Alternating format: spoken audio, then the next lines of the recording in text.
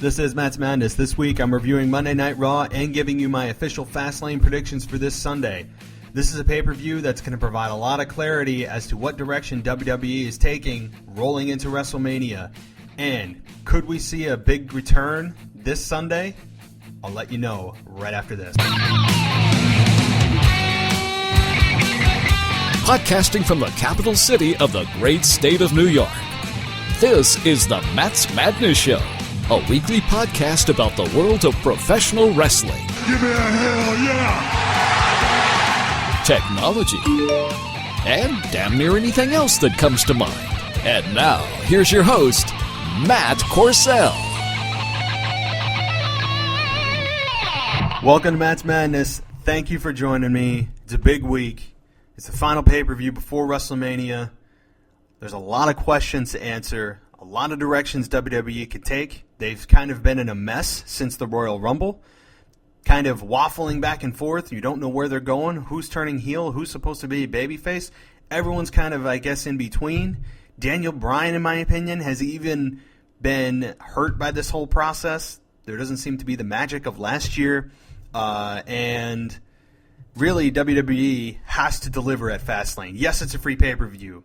Yes, the expectations aren't too high. But at the same time, this is their advertisement for WrestleMania. Specifically for the WWE Network, that is. Because that's how they're going to live and die. So, Fastlane to WWE is extremely important, even though we all know that no feuds are going to be blown off. In other words, there's not going to be any payoff. You're going to see a lot of heel wins, a lot of no finishes, a lot of outcomes that just build to WrestleMania. Nothing is going to be solved. It's just going to be, in other words, the heat's just going to get turned up. We're not going to serve the food yet. They're just turning up the burners, and that's pretty much the best analogy I can make if you're following me here. So, before I get into Monday Night Raw, as always, you can get in touch with me. Questions at mattsmadness.com. I'm also, obviously, my website's mattsmadness.com. Follow me on Twitter. Matts_madness is the handle. As I mentioned, I couldn't get rid of that underscore because somebody else got that Matt's Madness name and had to add that underscore. So don't forget Matts_madness is Twitter. And I'm also on Stitcher, Spreaker, TuneIn Radio, YouTube. So follow me on all of those. I'd really appreciate it. Subscribe. And you'll never miss an episode. So I appreciate the support, I'm really having a lot of fun doing this for you guys, and I will continue to do it until I can do it no longer.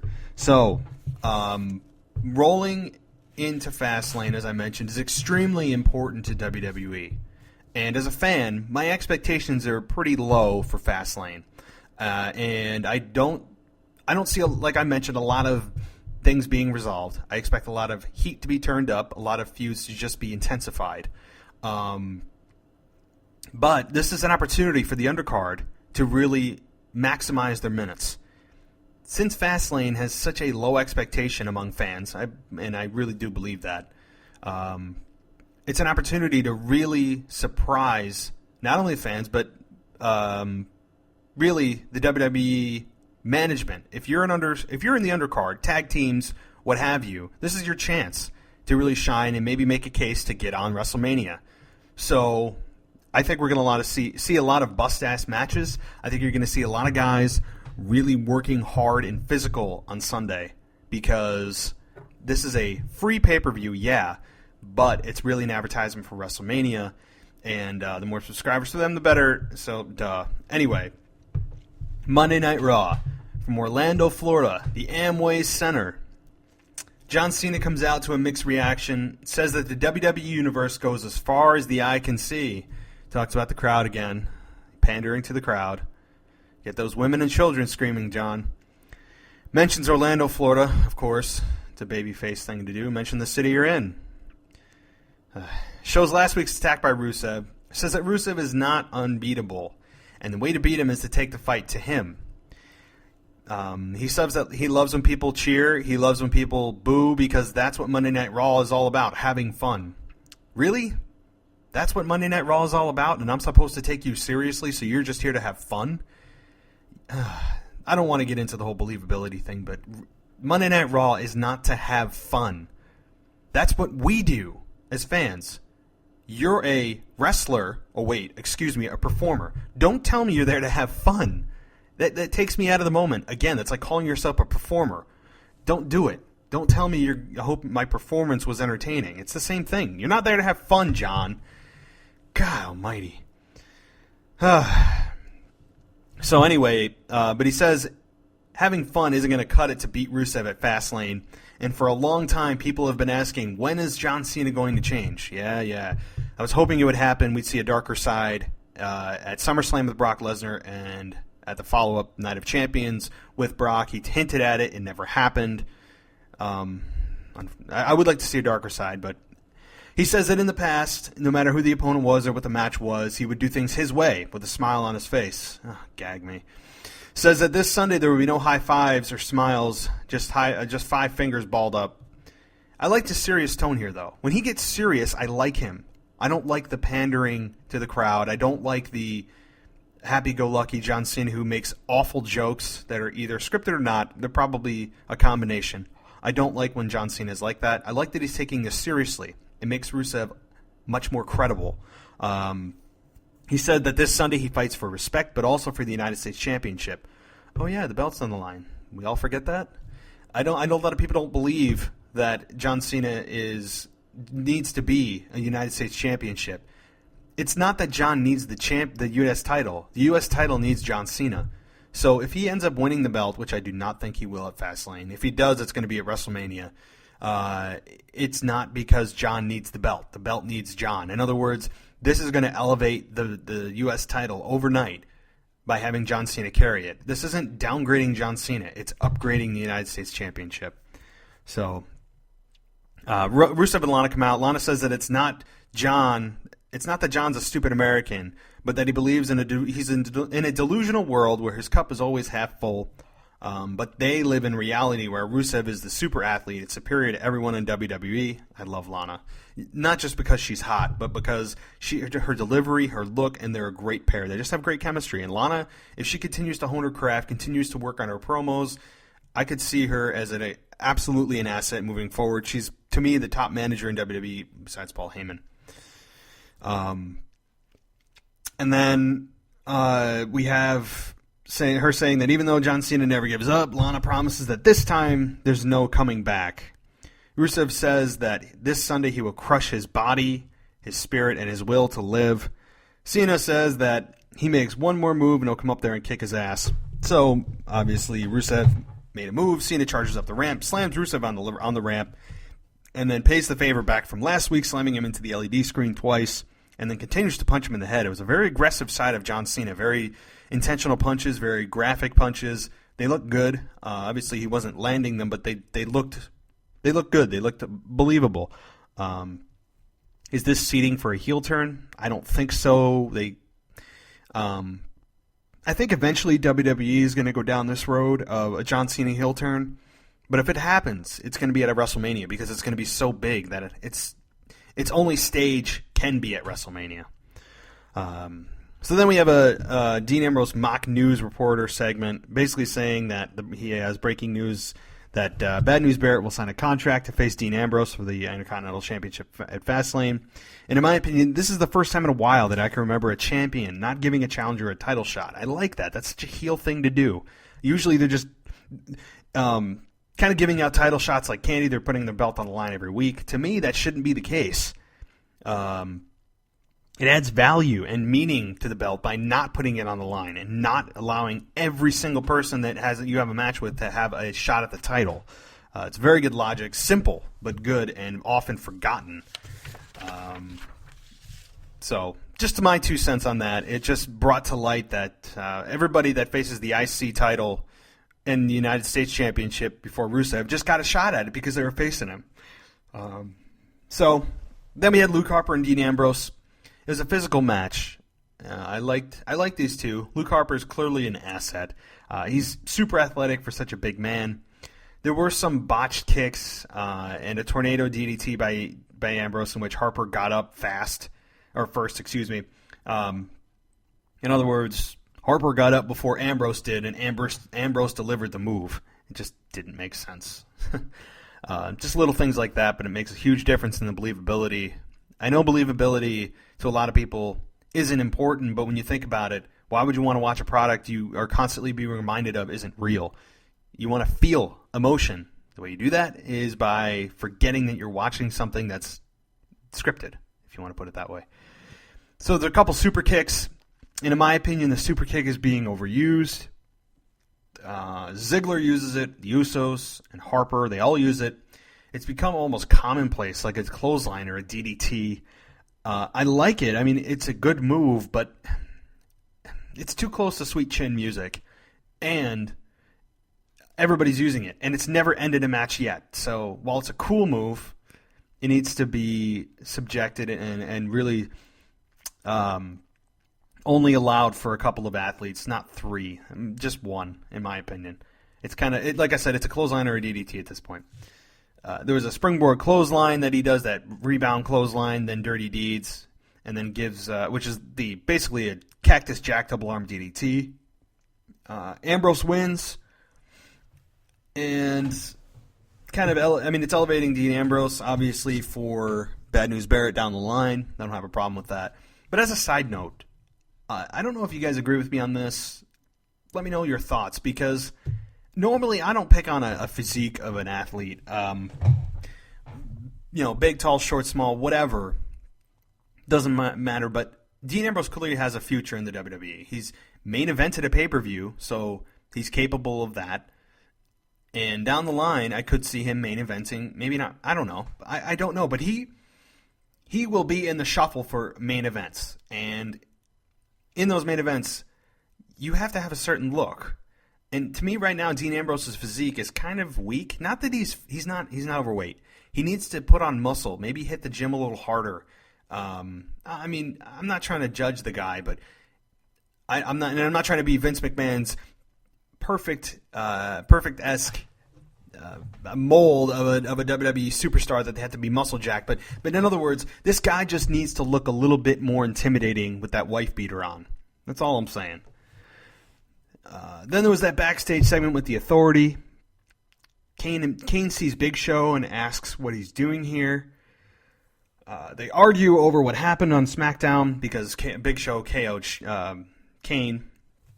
And then they argue about the Royal Rumble, how they had a plan, but Big Show was too stupid or selfish to stick to it. Kane says, why doesn't he try punching him right now? Big Show goes on then to say, May 13th, Psycho, May 13th, referencing an old storyline in case you didn't know. And the sad part is, actually, it was May 19th. Ouch. Do your homework, guys. Triple H tries to unite them, says he's looking for solutions, not excuses, and then announces Kane versus Roman Reigns and Big Show versus Daniel Bryan. These four need to just move away from each other. I know it's a complete exposure of the lack of main event talent in WWE today, but it's the same matches every week. I know WWE probably doesn't have too many places to go, but it gets repetitive with these four, and especially when you see them multiple times throughout Raw. Get rid of the 3 hours, please. There was then a Bray Wyatt promo, one of three. He's twirling a nail and saying, what happened to you was such a tragedy and still stirs a rage inside of me. And he also said that he's now the shell of a man, and any fear I had of you has turned into shameful pity. And then he says it's coming. If this doesn't point to The Undertaker, I don't know what does. I think at this point it's pretty obvious that this is The Undertaker that he's speaking to, especially if it's took up 3 segments of Raw. It's pointing to something huge. It's got to be Taker. There was then the Roman Reigns backstage. Brian Saxton comes up to him asking how he feels since the Royal Rumble. Roman Reigns says, he wasn't manipulated by the Authority, but he was, because they tricked him into giving up his title shot and putting it on the line against Daniel Bryan. Hey, whatever. This is what I'm calling about the clunky storyline they just threw together. And I heard on the Wade Keller hotline, I believe, or their review that he does with Jason Powell on Tuesdays, And they brought up a good point that as much and as pissed off as a lot of fans were and disappointed in the Roman Reigns versus Brock Lesnar one-on-one match at WrestleMania, the Raw after that, snowed in Raw, with the interview he did and the face-to-face that they did, it actually made it a little bit better. For some reason, these two just seemed to have a decent chemistry as far as maybe standing next to each other and giving a stare down. In other words, it just interested me a little bit more. That snowed in Raw actually helped me go, okay, you know what, this may not be so bad. It gave a little interest in the match. So just a little side note and a good point I picked up. He said that he was the one to give Daniel Bryan the opportunity to go to WrestleMania, but he's going to be the one to take it away. And that if he was the one that got thrown over the top rope, he would have taken it like a man. Kind of, I don't know. This is a shot at Bryan, clearly. And I don't know if they're going to turn him heel. There's a lot of rumors of Roman Reigns aligning with Paul Heyman at WrestleMania and Brock Lesnar becoming the biggest babyface ever because Brock Lesnar is now apparently on the side of WWE in terms of staying. If he's going to stay, I'm telling you, he's turning babyface. Why? Because as a babyface, huge babyface, you sell more merchandise, you make more money, and I guess Brock is also concerned about the concussion possibilities in MMA. So, hey, I'm all for Brock staying for sure. He's got this made. He's the champion. He's part-time. He's making a ton of money, and he's a badass. Not a bad life. We then had Roman Reigns versus Kane. Daniel Bryan was at commentary. A lot of punches and kicks to start. I think Roman Reigns, this is where Roman Reigns needs to expand his moveset. A lot of punch and kicks to start. You're not Stone Cold. Daniel Bryan starts yes chants once Roman Reigns gets the advantage to distract Roman Reigns. This is the problem, though. Daniel Bryan seems too laid back. He came off very immature and too laid back and kind of like almost annoying at Raw. This is where Daniel Bryan is being damaged. There's no magic like last year. If WWE doesn't correct this and this road continues, the fans may turn on Bryan and side with Brock at WrestleMania because they know Brock is a badass and they know he's real. And they have an organic connection with Daniel Bryan. But Daniel Bryan needs to have a little bit of an edge. He needs to stop just being so nice and laid back and immature and running around the ring and doing yes chants. He needs to be a little bit of a character tweak. I don't know. So, Bryan notes that the fans are the reason that he is where he is. That's true. Kane goes for a chokeslam on the outside. There was a spear by Reigns. And just a side note, when was the last time Kane won a match? I don't know. If anybody knows, send it my way because that's kind of the trivia of the day. When the hell was the last time corporate Kane, won a match? I don't know. I cannot tell you. Kane in this role is, I don't know what to think of him. We're not supposed to like him because he's with the Authority, but I like him a whole hell of a lot more when he puts the mask back on as the Demon. It's very boring as corporate Kane or concessions Kane or any kind of alteration of Kane other than the monster. So, there was yes chance after the match. Roman Reigns invites him in the ring. Didn't do it. They advertised Daniel Bryan and Big Show for later, overexposing him again. This is like, the second or third segment backstage or what have you that he's been on. So it's tough. There was another Bray Wyatt promo. This is the second one of 3. He says, his hands may have created this world, but mine will destroy it. And limbo is no place for a soul like yours. And says, I'm waiting. Good stuff. Seth Rollins had an in-ring segment. Says he is the most talented performer in the world right now. Do not say performer, Seth. I love you, but say wrestler, please. Performer. You're not no swearing on the show. You're not a effing magician, okay? Don't tell me you're a performer. That tells me right off the bat what you're doing from here on out is not real. Don't perform for me, okay? Fight for me.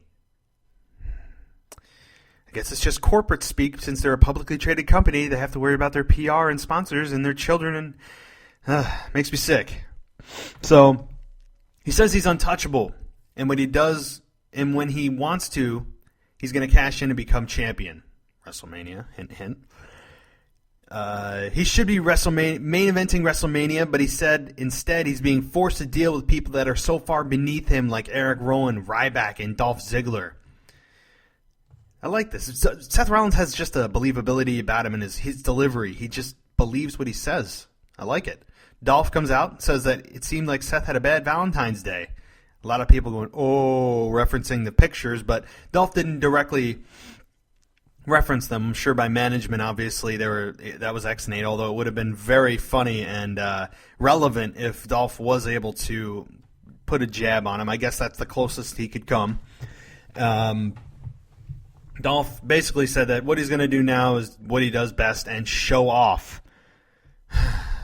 No. I mean, I guess that's better than saying you're going to perform, but just say you're going to whoop the guy's ass, basically, without saying corporate speak. I hate it. It's killing the product. It's pulling the curtain back more than it needs to be.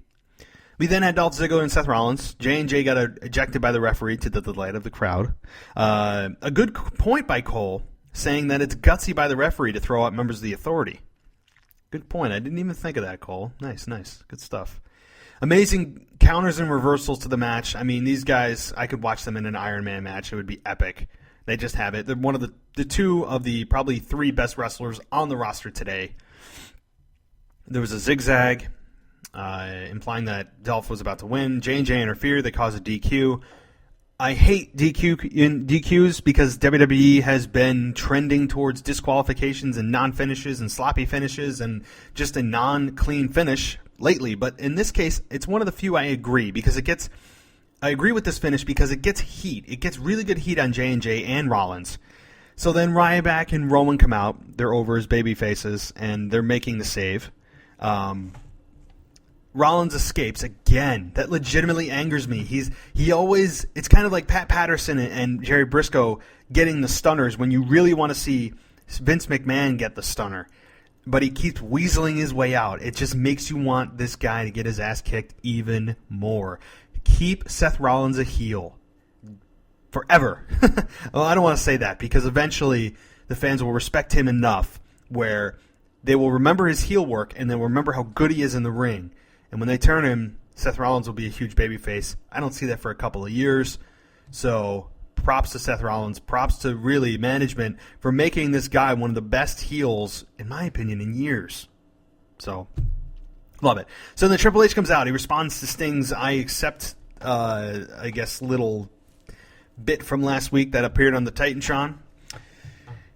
Triple H says he finds it laughable that people are thinking that he's afraid of Sting and that Sting is going to go face-to-face with the game at Fastlane, not the COO. And right about then, Ric Flair comes out and says, I didn't expect Flair either, that he comes out and says that he came out to just say that he loves Triple H, that he respects him. And then Triple H cuts him off and says that he knows how good Sting is and doesn't need a history lesson because Flair had started to tell him about Sting, and I'm sure Triple H felt that Flair was heading that way. So Flair says not to take Sting lightly or to put yourself in a position to fail. You could see Triple H kind of boiling at this point, and something at some point was going to give, and it did. So Triple H says Sting was and is WCW. He went down with the ship and he respects that, but then he did the smart thing and he disappeared. Because he said if Sting had come to WWE, he would have made it his personal mission to drive Sting out of the company because he rode on the legacy of Ric Flair. A lot of truth to that. Flair says that people ask him who the best wrestler is. He always says Triple H. And then at last year's WrestleMania, he said that there was no way Daniel Bryan could beat him because a wrestler's worst enemy is time off. Good point. I like Flair. Flair was interesting. He still knows how to cut a promo at almost 70 years of age. This guy I love Flair. Love him. And I wish I would see more of him. Triple H says that he is no Flair, but when it comes to kicking Sting's ass, he's no Triple H. Here comes the tension. Flair then says okay, but when he tunes into Fastlane this Sunday, he doesn't want to see Triple H on his ass again. At that point, Triple H shoves Flair down and says whether he beats it out of him or whether Sting leaves on his own, he will never show his face here again. Yeah, okay. Like these two aren't going to have a match at WrestleMania. Laughable. Miz then makes a deal with Bad News Barrett backstage that if he takes Mizdow...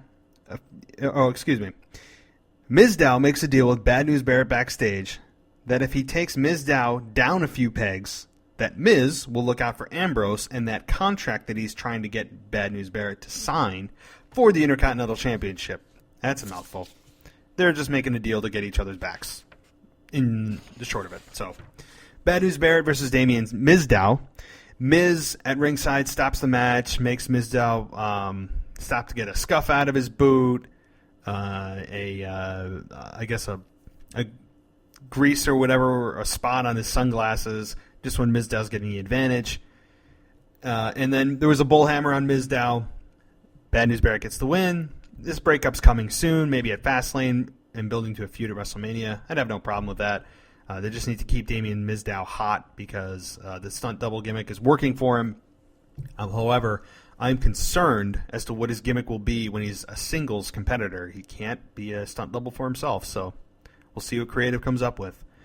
We then had the third and final Bray Wyatt promo, and he said that, what shakes the heart of a man that can't ever die? And then he said, find me or I'll find you. So, very interesting. Love. I wonder, if creative's coming up with this stuff or if it's coming mostly from Bray Wyatt's head. I think it's probably a combination of both. Bray Wyatt just has it, and I hope they continue to roll with this guy. They've built him up since the Dean Ambrose feud when he cleanly beat Dean Ambrose. Ever since then, he has not lost a match. He eliminated Daniel Bryan from the Royal Rumble. He was one of the finals in Royal Rumble.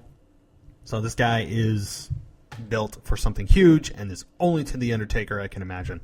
We then had Daniel Bryan versus The Big Show. Last segment of Raw here. Roman Reigns was at ringside, not on commentary, probably to the delight of many fans, and really to protect him at this point, so thank God he was just sitting there. Roman Reigns laughs when Big Show slaps Daniel Bryan down. I don't like Roman Reigns laughing. It's kind of arrogant. I think Roman Reigns should be a heel right now. Let the fans boo him and hate him. Just get it out of our system. And I have a feeling that's the way WWE is going to go. Because we always have to hate you before we like you, in most cases. Big Show dominated early. The crowd clearly was tired after 3 hours, but they were a little more alive and behind Daniel Bryan than they were last week. Last week was a disaster, but it still exposes that 3-hour problem. Raw is 2 hours. That third hour, even Triple H said, is awful. Please, 2 hours, bring it back. Roman Reigns starts signing autographs outside the ring, I guess, and then starts taking selfies and pictures, whatever. I guess it's a sign of disrespect that Daniel Bryan showed during his match. There was a commercial break during the main event. Again, this takes you out of the moment and makes it hard to emotionally invest in the match. But then, here's my logic. If Roman Reigns is doing this outside the ring, and you're competing inside the ring, why the hell would Daniel Bryan be distracted by Roman Reigns just interacting with the fans? It has nothing to do with his match. Nothing. He's not pulling his leg. He's not doing anything. So the logic that it was supposed to distract Bryan, I guess, or it's a sign of disrespect mostly, but the logic that it distracted him, kind of like music playing while you're in a match. You're competing in a match. You want to win the match. It should be the most important thing to you. Just because music goes off doesn't mean you stop in your tracks and then next thing you know, you turn around and get hit by the finisher of your opponent. That's usually the case, but just think about it logically. It doesn't make sense. So Reigns interferes. After that, Daniel Bryan sidesteps and Show spears Reigns on the outside. Reigns eventually interfered, and Superman punches the Big Show. Another disqualification. Rack 'em up, boys. Count up the DQs in every single Raw. Bryan drop kicks Roman Reigns, and then these two continue to brawl. Kind of that 50-50 brawling where one guy's on top punching, the other guy's on it, and then they roll around, the other guy's punching them, and so forth. Nobody really gets the upper hand. It's just kind of a way to tease the audience. It's a nice brawl. The chair shot, though, Roman Reigns didn't seem to sell. He did for a moment and then pop right back up. I didn't like that, but it was physical. It saved Fastlane, in my opinion. It got me excited for Fastlane in a match that if this brawl didn't happen, I'd be kind of low on this match. But really, this brawl it was physical, and it went on for a while, and it almost made it like a must-see on Sunday. So it's obviously going to be the main event. Okay, quick 10-second break. On the other side, I'm giving you my official Fastlane predictions, our final stop on the road to WrestleMania. I'll give them to you next. And now, back to the Matt's Madness Show. Okay, Fastlane predictions. I think a lot of people would probably have similar predictions because other than the Roman Reigns Daniel Bryan match, which I'm still kind of up in the air about, the rest of them are pretty straightforward, I believe, and we'll have to see where it goes. And like I said in the beginning, this is a show in which mid-carders have the opportunity to give their final plea to be on the WrestleMania card. Maximize your minutes, as JR always says. So true in this case. It's an opportunity for free for people to see you on a pay-per-view to roll into their biggest event of the entire year. So, all right, I'll start at the top here. Go with Roman Reigns and Daniel Bryan match first. The number one contenders match. Winner gets the main event at WrestleMania to face Brock Lesnar for the WWE World Heavyweight Championship. I expect a very physical match. I expect Roman to get 60-40 booed. I don't think it'll be as heavily favored in for Daniel Bryan as many might expect. I think Daniel Bryan will get the majority of the cheers, but I don't think Roman Reigns is going to get buried like he did at the Royal Rumble. Let's just put it that way. It's going to be a lot of kickouts of finishers probably, which has been happening way too much lately. It just devalues the finisher of any wrestler, and it's not as surprising. It's gotten to the point where not kicking out of somebody's finisher is surprising, and that takes down the believability and it decredits the actual finishing maneuver. So stop kicking out of finishes. I understand if it's a WrestleMania. Make it special when it happens. It happens on Raw. So stop kicking out of finishes, please. I understand it's supposed to add dramatics, but you can do that without doing it using your finisher. You can do other huge spots, power moves that don't require a use of your finishing maneuver to create close calls. Anyway, I think that this is going to result in a non-finish. It's going to be a double countout, or not a double countout, excuse me, probably a double disqualification. Just a finish in which there's no winner. It could result in Brock Lesnar coming out and F5ing both men. It's just basically a DQ or some kind of non-finish that allows a triple threat setup for WrestleMania. Because if they don't put both of these guys in the main event, where are they going the next 5 weeks before WrestleMania, 6 weeks, whatever it is? These guys, clearly, they don't have time to build a huge program with anybody else. They're locked in for life, well, till WrestleMania. So it's not going to create a clear winner, and I think however this match ends up, Brock Lesnar's coming out to F5 both men, and we're going to leave with Brock Lesnar with the championship held high. We then have Rusev versus John Cena, which to me is the number 2 match on the card. This is going to be a hell of a brawl. I hope we see a darker side of Cena that he keeps talking about. I don't think there's a chance in hell, as Vince McMahon would say, that the streak of Rusev is broken at Fastlane. I expect either a clean win by Rusev or a finish where Cena maybe passes out in the accolade.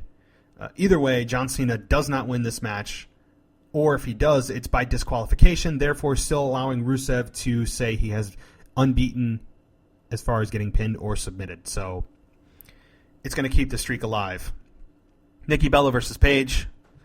Nikki wins because, well, she's, I guess, on a roll. Who knows? I think Paige is going to win it at WrestleMania because the heel tends to finally get his or hers at the big event. I expect this a very heel-oriented show. I do not expect a lot of babyface wins, and you're going to hear a lot of boos come Sunday night. Bad News Barrett versus Dean Ambrose for the IC title. I think Bad News Barrett wins by hook or crook. He's a heel. He's going to cheat to win this one. No problem with that. They'll continue it in WrestleMania as well. The Usos versus Cesaro and Tyson Kidd. The Usos. Well, I have the Usos down, but now that I'm rolling on my heel-oriented... this is a toss-up. I'll stick with my original. I'll stick with Usos, and they're going to probably do a fatal four-way match maybe at WrestleMania for the tag titles. So I'll roll it down that again. Double count out or DQ, so a non-finish for Daniel Bryan and Roman Reigns, where Brock Lesnar comes out and F5s both men. So it rolls that triple threat right to WrestleMania again. Rusev wins versus John Cena. Nikki wins versus Paige. Bad News Barrett wins versus Ambrose. And the Usos win versus Tyson Kidd and Cesaro. Now, before I head out into the sunset, guys, just a couple side notes. I expect appearances from Seth Rollins. I was going to say Randy Orton, but it's more likely on Raw that we see Randy Orton. Maybe, if I was to pick between the return of The Undertaker or the return of Orton, I say the return of Orton on Sunday and the return of Undertaker on Monday. Because Seth Rollins clearly has an unfinished program with Randy Orton that's going to roll all the way to WrestleMania. I've been waiting for Randy Orton to return since TLC. He's been off since November 3rd on Raw. So it's been a good, over 3 months now that we haven't seen Randy Orton. I know he returned at house shows back in late December, 29th, I believe. But it's time for Randy Orton to return and start this program with Seth Rollins. So I hope we see an RKO, but Seth Rollins isn't even in a match. Maybe Seth will come out. Who knows? But just a little tidbit there. So with Bray Wyatt basically calling out The Undertaker on his promos the last 3 weeks, I don't expect to see The Undertaker at Fastlane, but maybe Bray Wyatt does a promo in the ring, a longer one about this, and then you hear a gong go off and the lights go out. It's just maybe just a message on the Titantron, something along those lines, a response from The Undertaker. But you won't actually see him there. The gong goes off, gets people excited, and I think it ends there. And let's see. As I mentioned, this pay-per-view, it's nothing more than a heat builder for WrestleMania. There's going to be no definitive conclusions. I expect a lot of heel wins. The babyface will prevail typically at the blow-off, being WrestleMania. So thank you guys for sticking with me. This has been a show longer than usual a little bit here. I'm rolling almost 40 minutes. If you stuck with me, I really appreciate it. Questions at mattsmadness.com. Best way to get a hold of me, Matts_Madness on Twitter. I really appreciate a follow. And just so you know, I'll be doing a live pre-show on Blog Talk Radio, 3 o'clock Sunday afternoon. I will be on Blog Talk Radio. I'll tweet out the number that you can call if you want to chime in with your opinions or what have you. And it's, again, 3 o'clock Eastern Time, Sunday. I'll be doing a live pre-show for Fastlane to give me your thoughts, questions, anything you have. So join me then. Thank you for joining me now, and I will catch you guys next time.